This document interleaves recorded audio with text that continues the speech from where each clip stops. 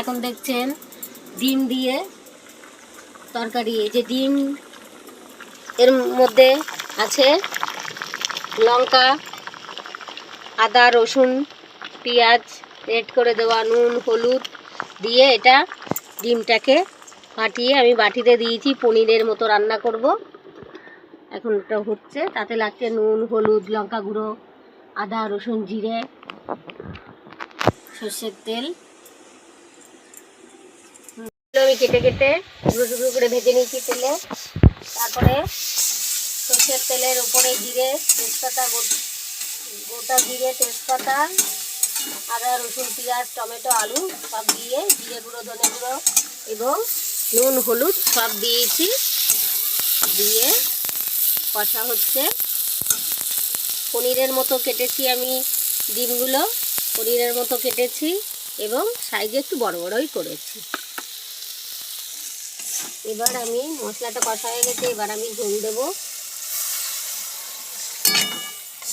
এবার আমি ঝোল দিয়ে দিলাম।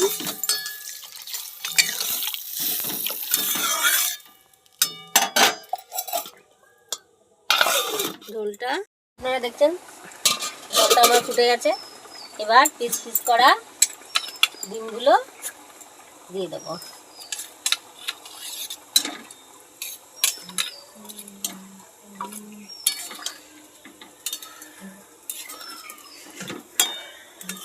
এবার ঝোলটা ফুটবে, আপনারা দেখতে পাচ্ছেন। এই যে আমি পিস পিস করে পনিরের মতো ডিমগুলো কেটেছি।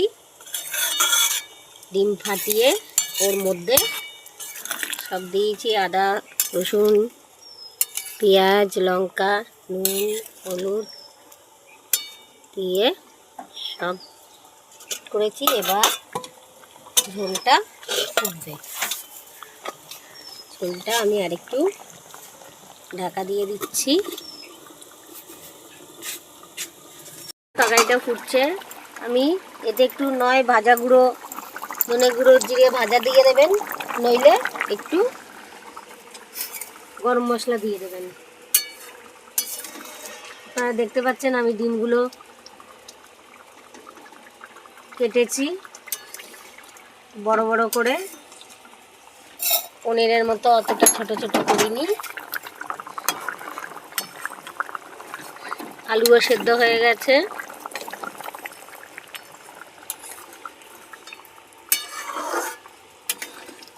ঝোলটা প্রায় হয়ে গেছে, আমি নামিয়ে দেব।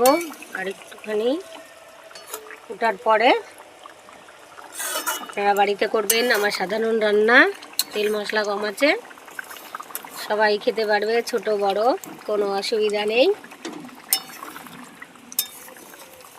কমেন্ট করবেন, বাড়িতে করে দেখবেন, ভালো লাগবে।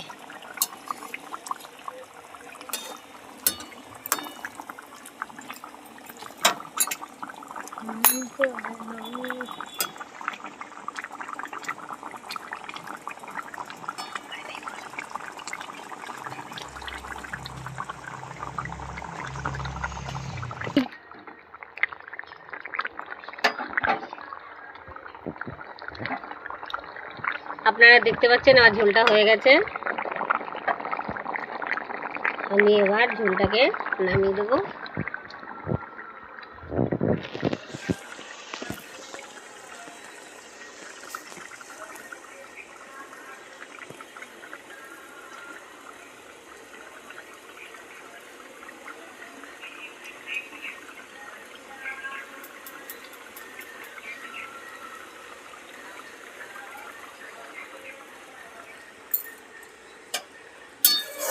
ঝোলটা আমার কমপ্লিট হয়ে গেছে। এবার ঝোলটাকে আমি নামিয়ে নিচ্ছি।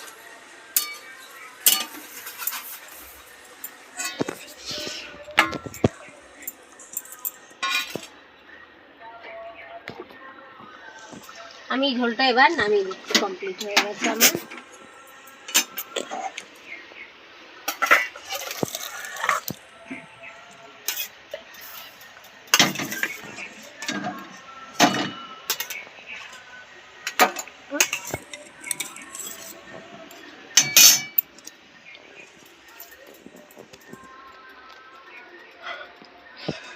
Tata, bye bye,